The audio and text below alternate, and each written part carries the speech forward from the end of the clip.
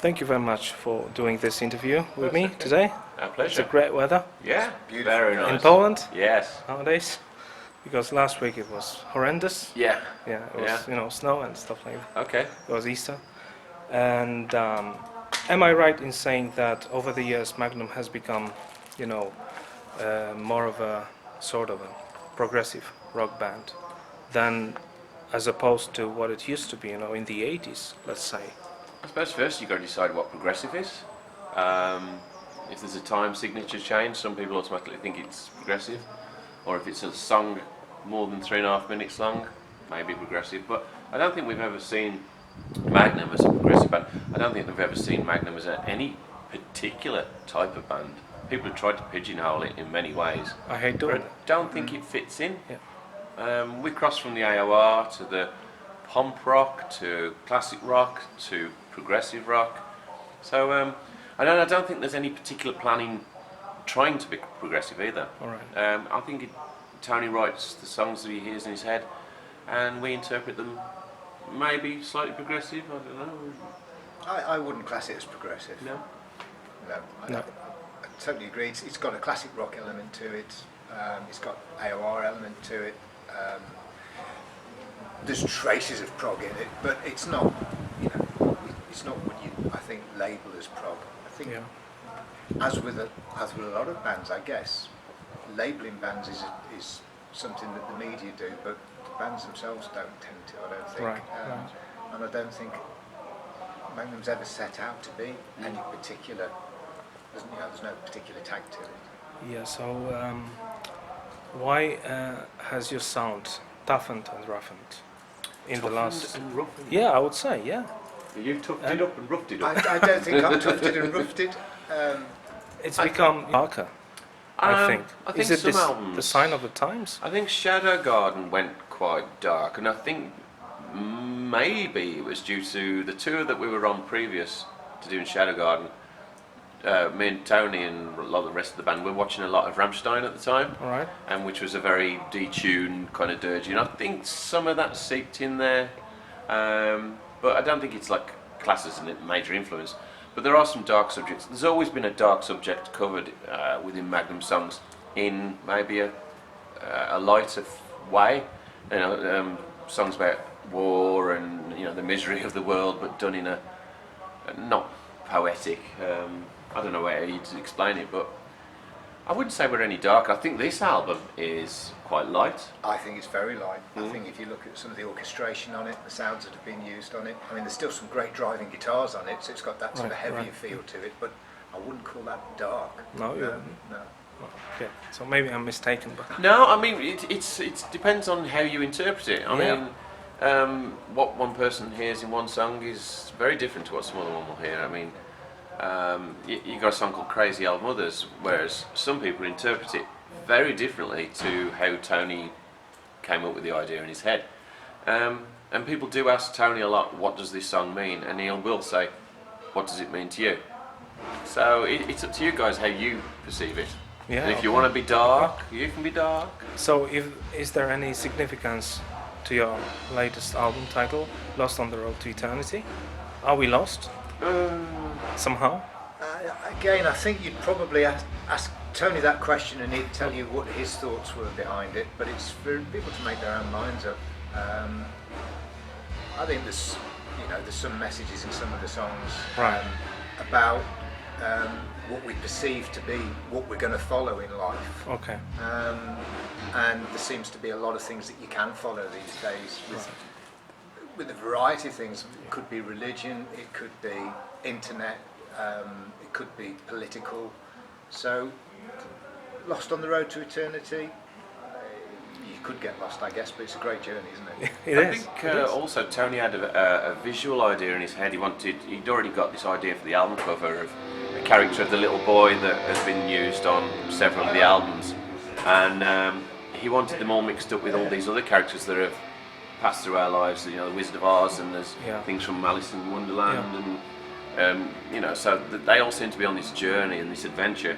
And sometimes we go on a tour, and it is quite an adventure, and sometimes you can feel a bit lost. Yeah. So maybe that's what he got in his head as well. So. And What about Too Many Clowns from The Escape from the Shadow Too Garden? many clowns. Who are the clowns? Do you know? There's a lot of clowns within the band and crew. But there can never be too many clowns sometimes. I think we all... I don't think there's any particular people he was Right. pointing a finger at. I don't know. It's difficult to answer sometimes what Tony But it's had a in great his mind. song. It's a very good song. It's one of my favourites. Yeah, it's one of my And favorites. I yeah. enjoyed playing that live. Yeah. It's very good. Yeah, it's a different song from Yeah. the rest of the album. Quite rock and roll. Yeah, quite rock and roll. Yeah. Yeah, quite. Yeah. I like it. Yeah, very much. What about Rodney Matthews? Was his idea to revive the old logo on the cover? Or was it yours? We tend to flip between about 3 Magnum logos, as we call them, Right. rather than so you've got the one we're using now with the sword and the M, which is made an appearance back again, and we use the flat Magnum logo, which was used on Vigilante, Sleepwalking. No, absolutely. I think it's generally what goes with the artwork best. Okay. So you don't until you've seen the artwork completed, then you kind of decide we'll go with this logo because it wouldn't have worked with the modern font. Yeah. So there was no real major thought behind that. It's just that Rodney and Tony, that lent itself towards their artwork. Okay. That's as simple as it is, Yeah. really. All right. And what do you guys hope to achieve with this particular? World domination, music domination. Longevity. Just keep going. Keep going. Keeping people interested. Finding new people who've got an interest in the music. There's been some interesting things with this album where we heard, I think it was last week or the week before, we were told that the album was in the German DJ and club charts. Magnum album in the DJ and club chart. Now, maybe there's a few songs on the album that are reaching out to quite a different audience maybe than the album before. I don't know. So it's all about, okay, this is great. Here we go. What's next? Yeah. And just to keep it. I think you always try to better yourself with every album, and every time we release an album, we do genuinely say, this is our best that we can do at this point. Okay. And so every time you go back in the studio, you kind of want to go that step further. I don't think there's any major plans in mind in Tony's head when he gets into the studio. He often says, how the hell do we do this? He really just goes, let's just get on and see what happens.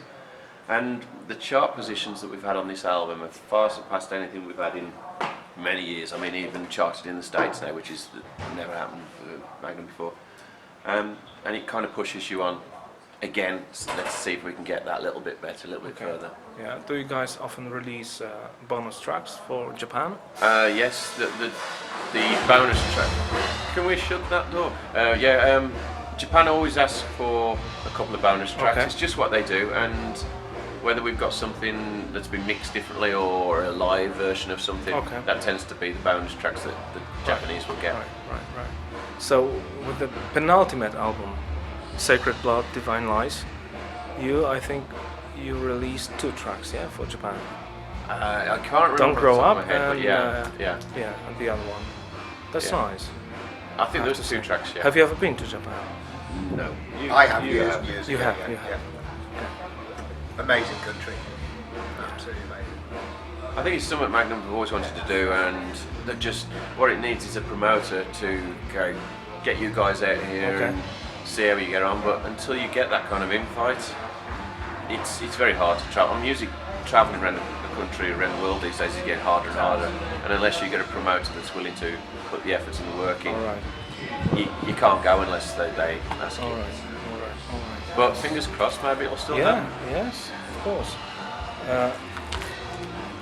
Your body of work, artistic body of work, is outstanding. Thank you. And it's hard to come up with a set, isn't it? Bob tends to put the set list together, and it'll be based on a mixture of classics, newer and very new.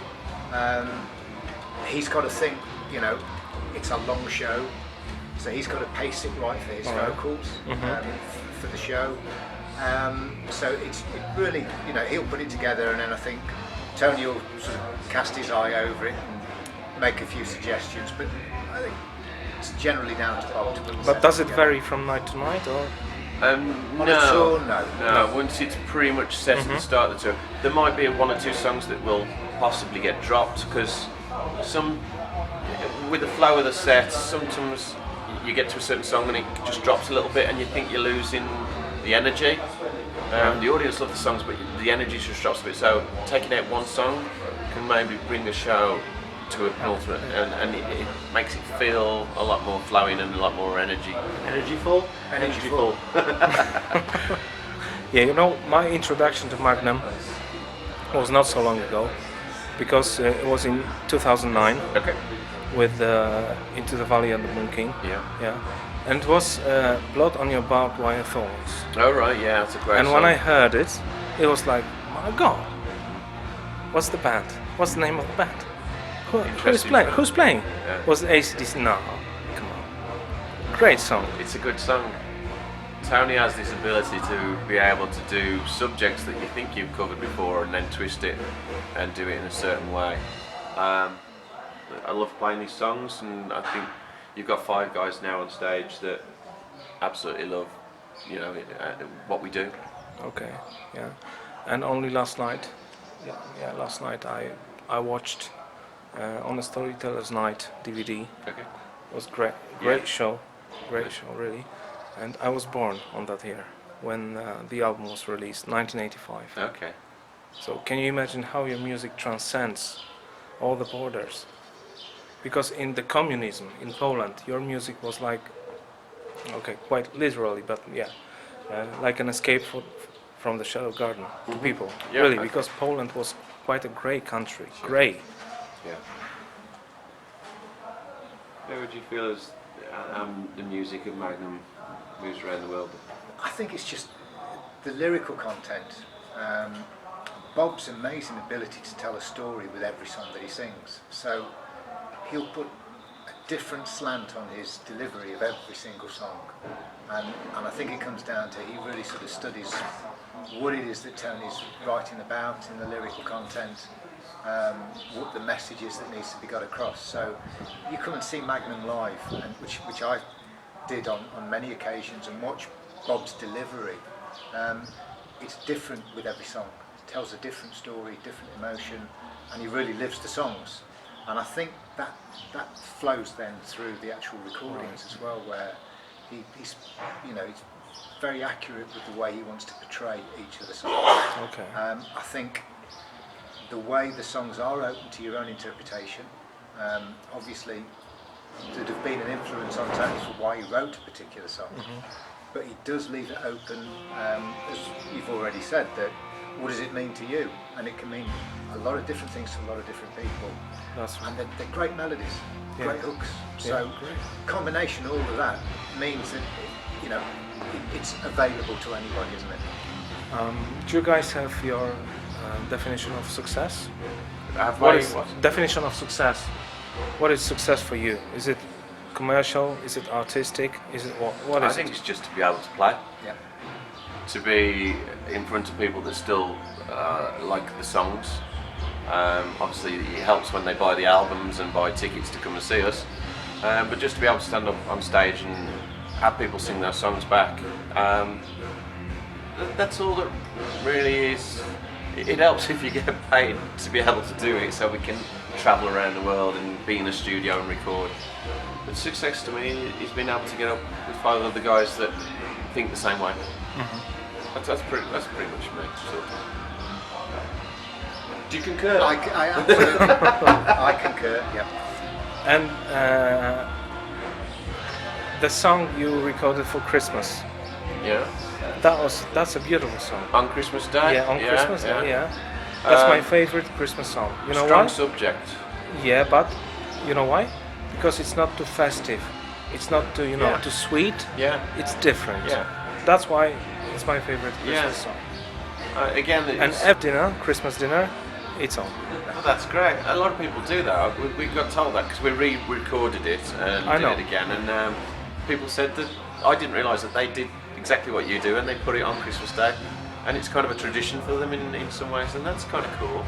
But again, a tough subject to cover, It is. but done in a respectful and powerful way, I think. Yeah. Thank you very much, gentlemen. Thank you for the your interview. time. Appreciate it. Thank No, you. I appreciate your time. Cheers. Enjoy the gig. Thank you. Yeah, I will.